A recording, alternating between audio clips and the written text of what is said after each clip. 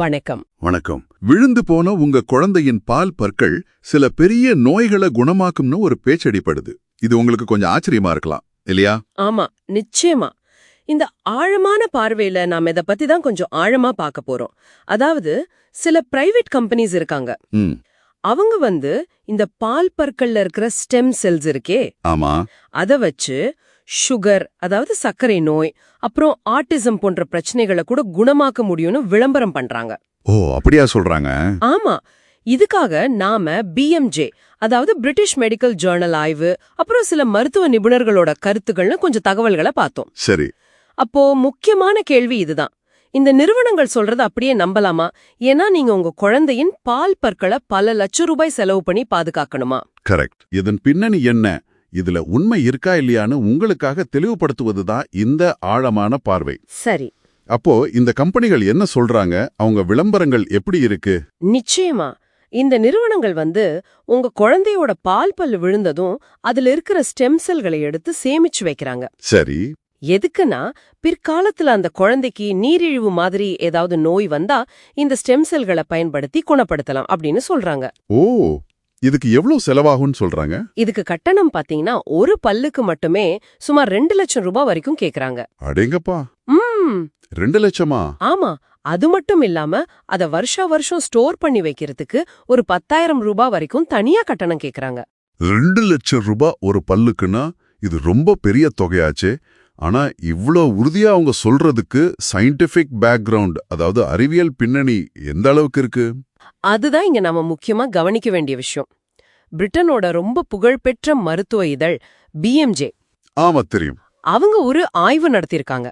அதுல என்ன சொல்றாங்கன்னா, இந்த நிறுவனங்களோட கூற்றுகள் பலதும் ஆதாரமற்றவைன்னு நேரடியா ரிப்போர்ட் பண்றாங்க. ஆதாரமற்றவையா ஸ்ட்ரெயிட்டாவே சொல்றாங்களா? ஆமா. உதாரணத்துக்கு கிங்ஸ் காலேஜ் லண்டன்ல இருக்கிற ஸ்டெம் செல் நிபுணர் சுஃபியான் ஹுசைன், அவர் என்ன சொல்றாருன்னா, இந்த பல்கூழ்ல இருந்து எடுக்கிற ஸ்டெம் செல்ஸ் இருக்கே, அத பயன்படுத்துற ஆராய்ச்சி இன்னும் ரொம்ப ஆரம்ப கட்டத்துல, அதாவது லேப் ஸ்டேஜ்ல தான் இருக்கு. இது மனிதர்களுக்கான சிகிச்சையா மாற இன்னும் பல வருஷங்கள் ஆகும்னு சொல்றாரு. ஓஹோ, அப்போ லேப்ல இருக்கிற ஒன்ன வச்சு இப்பவே சிகிச்சைன்னு சொல்றாங்களா? குறிப்பா நீரிழிவு நோய்க்கு இதை பயன்படுத்த முடியும்னு சொல்றாங்களே. அதுதான் முக்கியமான பாயிண்ட். நீரிழிவு நோய், முக்கியமா டைப் 1 டயபெட்டிஸ், அதுக்கு இந்த பால் பல் ஸ்டெம் செல்களை பயன்படுத்தி மனிதர்கள் மேல செஞ்சதா இதுவரைக்கும் எந்த ஒரு கிளினிக்கல் ட்ரையல், அதாவது மருத்துவ பரிசோதனையும் சக்சஸ்ஃபுல்லா நடந்ததா ரிப்போர்ட்ஸ் இல்ல. அப்படியா? ஆமா. நாம இந்த தொப்புள் கொடி ரத்தம் பத்தி கேள்விப்பட்டிருப்போம் இல்லையா, அதுல இருக்கிற ஸ்டெம் செல்கள் மாதிரி இல்ல இது. சரி சரி. இந்த பால் பல் ஸ்டெம் செல்களோட திறன்கள், பயன்கள் இதெல்லாம் இன்னும் முழுசா நிரூபிக்கப்படல. அப்போ இன்னும் சோதனை அளவிலே இருக்கிற ஒன்ன வச்சு எப்படி இவ்ளோ பெரிய வாக்குறுதிகள் அவங்க கொடுக்க முடியுது? இது ஏதோ வெறும் நம்பிக்கையை விக்கிற மாதிரி இல்லையா? சரியா சொன்னீங்க. இதுதான் கென்ட் பல்கலைக்கழகத்தைச் சேர்ந்த ஜில் ஷெப்பர்ட் சொல்றாங்க. இந்த நிறுவனங்கள் என்ன பண்றாங்கன்னா, அறிவியல் ரீதியா இன்னும் நிரூபிக்கப்படாத ஒரு சிகிச்சைக்கான சாத்தியக்கூறை மட்டும்தான் விக்கிறாங்க. ஒரு பொட்டென்ஷியல், அவ்வளவுதான். Just a potential. ஆமா. இது மருத்துவ உலகத்துல சில சமயம் நடக்கும். ஒரு புது டெக்னாலஜி மேல மக்களுக்கு இருக்கிற ஆர்வத்தை, நம்பிக்கைய சில பேர் வேகமா காசாக்க பாப்பாங்க. ஆனா ஆட்டிசம், டைப் 1 நீரிழிவு, இதுக்கெல்லாம் இந்த பால் பல் ஸ்டெம் செல் பயன்படும் சொல்றதுக்கு இப்போதைக்கு எந்த ஆதாரமும் இல்ல. இதுல நீங்க ஆட்டிசம் பத்தி சொன்னது இன்னும் கொஞ்சம் யோசிக்க வைக்குது. ஏன்னா ஆட்டிசம் அப்படிங்கிறது ஒரு நோயா இல்லையாங்கிறதுலே பல கருத்துகள் இருக்கே. நிச்சயமா இது ஒரு முக்கியமான எத்திக்கல் கேள்வி, அதாவது நெறிமுறை சார்ந்த கேள்வியை எழுப்புது. யூகேல நேஷனல் ஆட்டிஸ்டிக் சொசைட்டின்னு இருக்கு. ஆமா, அதோட டைரக்டர் டிம் நிக்கோலஸ் ரொம்ப தெளிவா சொல்றாரு, ஆட்டிசம்ங்கிறது குணப்படுத்த வேண்டிய ஒரு நோய் இல்ல, அது ஒரு நியூரோ டைவர்சிட்டி, நரம்பியல் வேறுபாடு. சரி. அப்படி இருக்கும்போது ரொம்ப பாதிக்கப்படக்கூடிய நிலையில இருக்கிற பெத்தவங்களை, அதாவது அவங்க குழந்தைங்களுக்கு நல்லது செய்யணும்னு துடிக்கிற பெற்றோரை டார்கெட் பண்ணி பணத்துக்காக தப்பான நம்பிக்கையையும் ஏன் தீங்கு விளைவிக்கக்கூடிய நடைமுறைகளையும் விக்கிறது ரொம்ப அவலட்சணமானதுன்னு அவர் கடுமையா விமர்சிக்கிறாரு.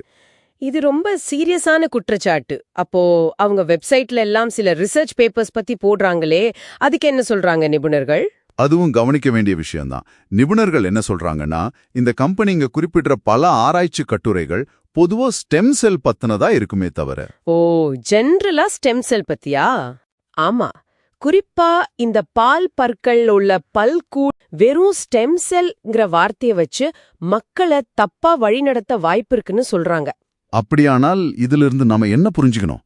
குழந்தைகளின் எதிர்காலத்துக்காக எதையும் செய்ய துடிக்கிற பெற்றோரோட அந்த அக்கறை அந்த நிறுவனங்கள் பயன்படுத்திக்க பாக்குறாங்களா? அப்படிதான் தெரியுது. ஆனா நிஜம் என்னன்னா, இந்த பால் பல் ஸ்டெம் செல்களை சேமிச்சு வச்சு அதை கொண்டு நீரிழிவு, ஆட்டிசம் மாதிரியான சீரியஸான நோய்களை இப்போதைக்கு, அதாவது கரண்டா குணப்படுத்த முடியும் என்பதற்கு எந்த உறுதியான மருத்துவ ஆதாரமும் இல்ல. உங்க பணத்தையும் நேரத்தையும் வீணாக்க வேண்டாம். இதுதான் நிபுணர்களோட பொதுவான அறிவுரை.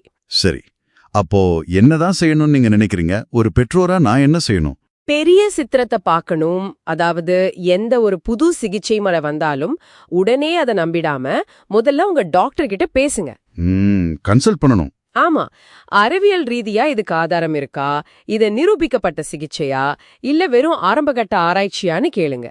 இந்த மாதிரி உணர்ச்சிகரமான விளம்பரங்களை மட்டும் பார்த்து எந்த முடிவும் எடுக்காதீங்க. ரொம்ப முக்கியமான அறிவுரை. சரி, இந்த உரையாடலோட இறுதியில உங்களுக்கான ஒரு சிந்தனை. அதாவது ஸ்டெம் செல் ஆராய்ச்சிங்கிறது மருத்துவ உலகத்துல ஒரு பெரிய நம்பிக்கை நட்சத்திரம் தான், அதுல சந்தேகமே இல்ல. நிச்சயமா. ஆனா ஒரு புதிய மருத்துவ டெக்னாலஜி அல்லது சிகிச்சை முறை பத்தி நீங்க கேள்விப்படும் போது அது இப்போதைக்கு பயன்பாட்டில் இருக்கிற நிரூபிக்கப்பட்ட சிகிச்சையா, இல்ல இன்னும் பரிசோதனையில இருக்கிற வெறும் வியாபார நோக்குல கொடுக்கப்படுற வாக்குறுதியா?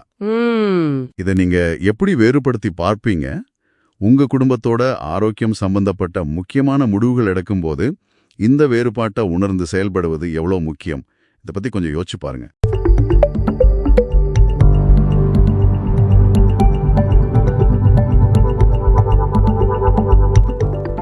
வணக்கம். வணக்கம்.